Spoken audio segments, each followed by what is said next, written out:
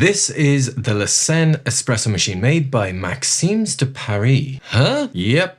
I thought the same. However, despite being named after a river and having an affiliation to one of France's most renowned restaurants, what's this machine all about? Well, you're in for a treat because holy shit, this machine has a lot to love. Some bits not to love, but I promise the loves outweigh the not loves. I'm going to give you an overview of this machine, how it makes coffee, why you should consider it, or equally why you shouldn't consider it. We're going to talk about it all in this video. If you're already subscribed, welcome back. You look great today. If you're not subscribed, please consider hitting the subscribe button. In this channel, we talk all about coffee. We talk about coffee gadgets, coffee tools, coffee machines, coffee. It's all the coffee. So let's get into it. Now, I'm not even going to touch on the branding because it's ridiculous. It's mad, it's quirky, it's edgy, it's fun. It's ridiculous. Now, despite it appearing very French, oh oui monsieur, it is not French. It is very much a Chinese machine, as can be seen from the quick start guide. At least I think this is a quick start guide. I don't know how to read Chinese, so quick start guide. And the manual, which again, if you can see that, is completely in Chinese. So if you do not speak Chinese, you may have a difficult time using this machine first go. Well, I don't know if I'm using this machine right or wrong, but we're going to go through it anyway. It looks striking, I think is probably the best word. There's a lot to like and there's some bits I'm not so sure of, but we'll go through it all. You immediately notice the two screens. So you kind of expect that this is going to be some sort of smart machine. You notice the grinder chute, you notice the levers, you notice the paddles. It looks complex, and it can be if you want it to be. But if you break it down into its separate components, it's actually quite simple. Now, Maxim's did send me this espresso machine, no strings attached, in return for creating this video. They don't get to see it before you do, and as always on this channel, the goal is just to give good consumer advice so that you guys know what you're in for if you do make a purchase. So you have the grinder with its own dedicated screen, which is turned off now, but yeah. You've got the hopper on the top, which will hold 250-ish grams of beans. You've got the lever on the side to activate the grinder. And then over here, you've got your grind adjustment wheel. Then you've obviously got your chute and your portafilter collar, which is where the portafilter sits and grinds into. You've got your brew head next to the grinder. And unfortunately, no, this is not flow control. It is an on-off switch. Now, on the top, you've got a dedicated screen, again, for the brew. And then, of course, the steam wand to the side of that with another paddle that activates the steam wand. You've got your cup warmer on the top. And actually, if I just turn the machine back on again, something I really like about it is these nifty LED lights down the sides. And you've also got LED lights then for your brew path and your grind path. Yeah, it's pretty cool. The water reservoir is in underneath the drip tray, hidden away in there. And the drip tray itself is actually, it's huge. So yeah, you're not going to have to empty it out too often. But as always, I recommend emptying out your drip tray fairly regularly so that you don't get some icky stuff in there. Oh, and one last thing, it's worth mentioning, the body is made of stainless steel. So magnetic things will go anywhere. So it's built pretty well. For the purposes of this overview video, I'm going to kind of break this down into three separate elements: the grinder, the brew, and the steam, as any all-in-one machine is kind of made up of. Something similar back there as well. Grinder first, right? And the grinder is pretty good. I'm going to put it somewhere on the same level as a fellow Opus. It's got 38mm conical burrs, pretty standard geometry. It's a pentagonal burr. And if you kind of, let's break the grinder down into its own components. At the top, you've got the big old hopper. You've got this paddle, which is a bean release. So if you close it over, then you're going to lock the beans in the hopper. So you can take the hopper on and off or change beans, and you're not going to waste too many beans going down into the chute. Below that, you've got your screen. And then below that, you've got your chute, your collar for your portafilter. And there's something interesting about this collar for the portafilter.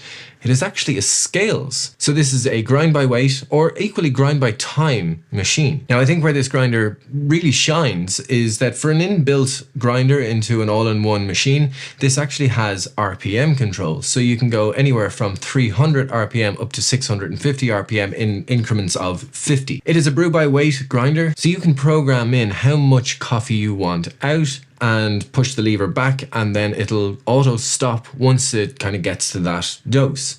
So you can do it by weight, or equally you can do it by time. You do have a stepless adjustment for the adjustment ring as well, though I do find it's a little bit too small of a dial to get fine-tuned adjustments.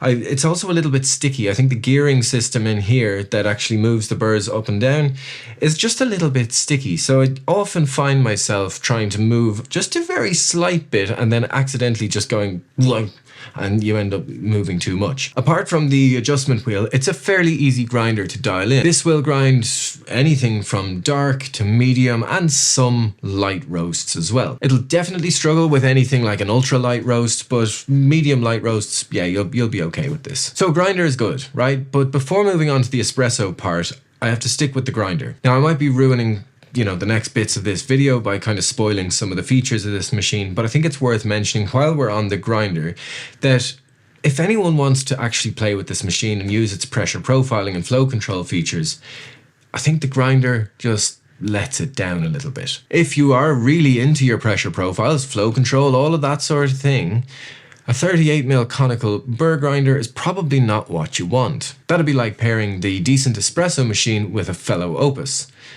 Sure, you can do it, but would you? I think if you're going to be playing around with different profiles, chances are you're going to want a flat burr grinder. So I found I was quite limited by this grinder. Now, when I did use the sculptors to play around with different pressure profiles and flow control, I just found that the shots got a little bit more complex, a little bit more tasty, and just a little bit more controllable. And to test all of that, I was using a medium roast bean. So take from it what you will. So let's move on to the brewing part of the machine. Now, this is where things can get as technical and as complex as you want them to be. There are so many controllable variables in this machine. I'm going to try and do my best to give you an overview of them. In a word, this machine is customizable. So first on the menu, you have standard mode. Now, this is pretty simple, right? There's two programs on here, one that'll run a shot at 9 bar, one at 15 bar. You can also select between a single shot and a double shot. But how does it know how much to extract? Well, this little flip down flap is scales. So this is a brew by weight machine as well. Grind by weight, brew by weight. That's worth remembering as we go through the rest of the settings. We've then got constant mode, and this is where the fun begins. So you can start to play around with pre-infusion here by either volume or time, and also decide on pressure from 6 bar, 9, 12, 15. You can decide the extraction yield either in time or weight. And you know what? If that's all that this machine did, I think you'd be pretty happy. But there's more. We have two more settings here. Next is variable mode, and this is pretty decent. I was making a point that it's like the decent espresso machine. Never mind. So in variable mode, we can play with pre-infusion, again with volume or time, and then you can totally take control of different profiles. So they do this by means of stages, and you can have a max of 6 stages, plus the pre-infusion, so you technically get 7 stages.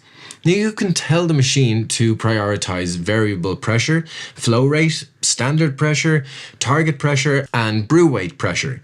So let's break these down a bit. Prioritizing flow rate will allow you to tell the machine how many mils per second you want at a particular pressure for a certain time. Prioritizing variable pressure will allow you to do the same, but focus is on the pressure first, anywhere from 3, 4, 5, 6, 7, 8, 9, up to 15 bars of pressure, and then how many mils per second and time. Prioritizing standard pressure will give you the same as before, but limit you to 3, 6, 9, 12, or 15 bars. You could have kind of just put those together. And then in brew by weight prioritization, It'll allow you to control all the above, but based on how much yield or liquid has come out. So this is where I said the scales is going to be important. So I could say I want the first 10 grams to be at 6 bars, and then for the next 15 grams, it should be 9 bars, and then 21 grams at 3 bars. And all of these records are saved, so you can go back in and reference past shots if you need to. Lastly then, you have target pressure prioritization, which basically tells the machine to pull the shot but not to exceed a certain pressure. Whew! Now if that wasn't enough, you also have a full manual mode, which I think is a little bit gimmicky, but it's nice that it's there. Now the way you do this is by sliding your finger on the touchscreen. So it's sort of like sliding the volume on your phone screen, but it does get a little bit annoying and it's hard to control. So yes, in a word, this is a customizable machine. There is only one thing I wish it had. And if it had this one thing, I think it would be a real contender for the best home espresso machine out there. That would be a rotary or a gear pump. In this machine, there is a form of an Ulca vibratory pump. And that's fine. I get it. From a software perspective, a vibratory pump makes sense. And from a cost perspective. But yeah, that would be my wish. So then we've got the steam wand, and of course there is some trickery here too. So this big bit at the top is actually something that emits an infrared beam that goes down into the milk and measures the temperature through an infrared sensor. So you can program this machine to say 55 degrees Celsius milk, or 56 or 57 or 58 or 59 or 60, whatever temperature you want. And it will auto stop once it reaches that temperature, which is read by the probe. That's pretty cool. Also the same sort of thing on the Meraki. I feel the question coming on as to which one you should go for. We're going to come back to that. In the menu, you get Super Steam, which for some reason allows you to program it to 200% of steam power. I don't know if that means that it's double the amount of 100% power, or does it incrementally go up? I don't know what the numbers mean, but it is definitely more powerful if you use super steam versus regular steam. Anyway, apart from all of those settings, there is a lot more. I'm not going to go into absolutely everything. Of course, you can change the temperature of the brew. You can go up to, I think, 96 degrees Celsius. And you can even play with the flow control features of this machine even more and do something like a drip coffee. That's pretty interesting. So you get a lot of stuff with this machine, right? You get 2 portafilters, a bottomless portafilter and a spouted portafilter. The baskets are not great, but you can replace them. It's a standard 58ml portafilter. I'm not the biggest fan of these portafilters. The portafilter part itself is nice, but the wooden parts, they're just too smooth. It almost feels like plastic.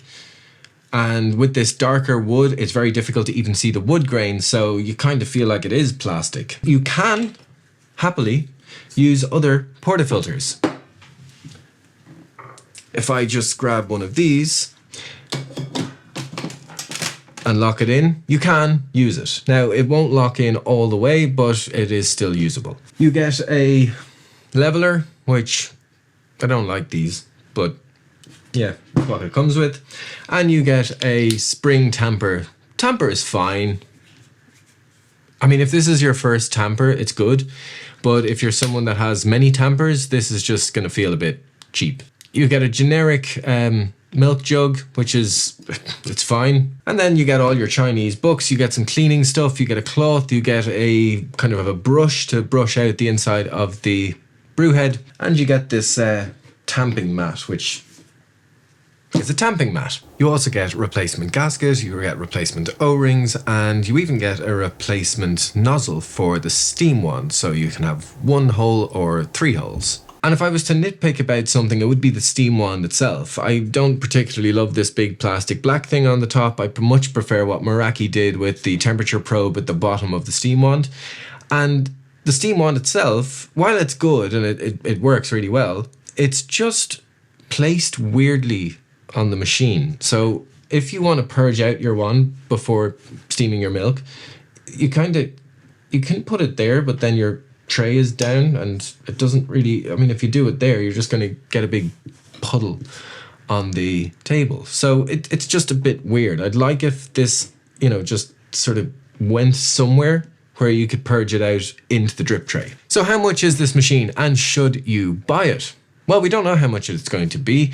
It hasn't even been released on Kickstarter yet. That should be coming soon.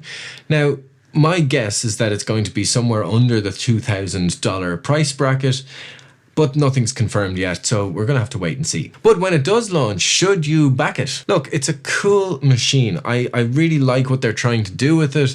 They're bringing pressure profiling, flow profiling into the home market. I know it's there already with the decent espresso machine, some of the other top-end machines, but this is going to be a lot cheaper than them. I've had a lot of fun using this machine with the Sculptor grinders by Time More. Just gives me a bit more control than the 38mm conical burr in this. And it kind of brings me to the point that I just don't think this machine knows who it is. It's like it's got some personality issues. Obviously, Maxims are new to espresso machines as well, right? So we're not sure what the aftercare is going to look like, where the service centers are going to be, how all of that stuff is going to look in life. Time will tell. So the big question is, between these two, which one would you choose? It's kind of tough because I want bits of the Seine and I want bits of the Meraki. Essentially, I want the pressure profiling and flow control capabilities of the Seine put into the Meraki, or I want the rotary pump out of the Meraki put into the Seine. So I've been using both and I'm kind of going between both of them at the moment and I'm loving both of them. It's a really hard call to make. This video isn't sponsored, so I'd really appreciate it if you just go down there now and just hit the subscribe button, hit the like button. I hope you enjoyed this video. Thank you for clicking in, and as always, I will see you, or you'll see me, in the next video.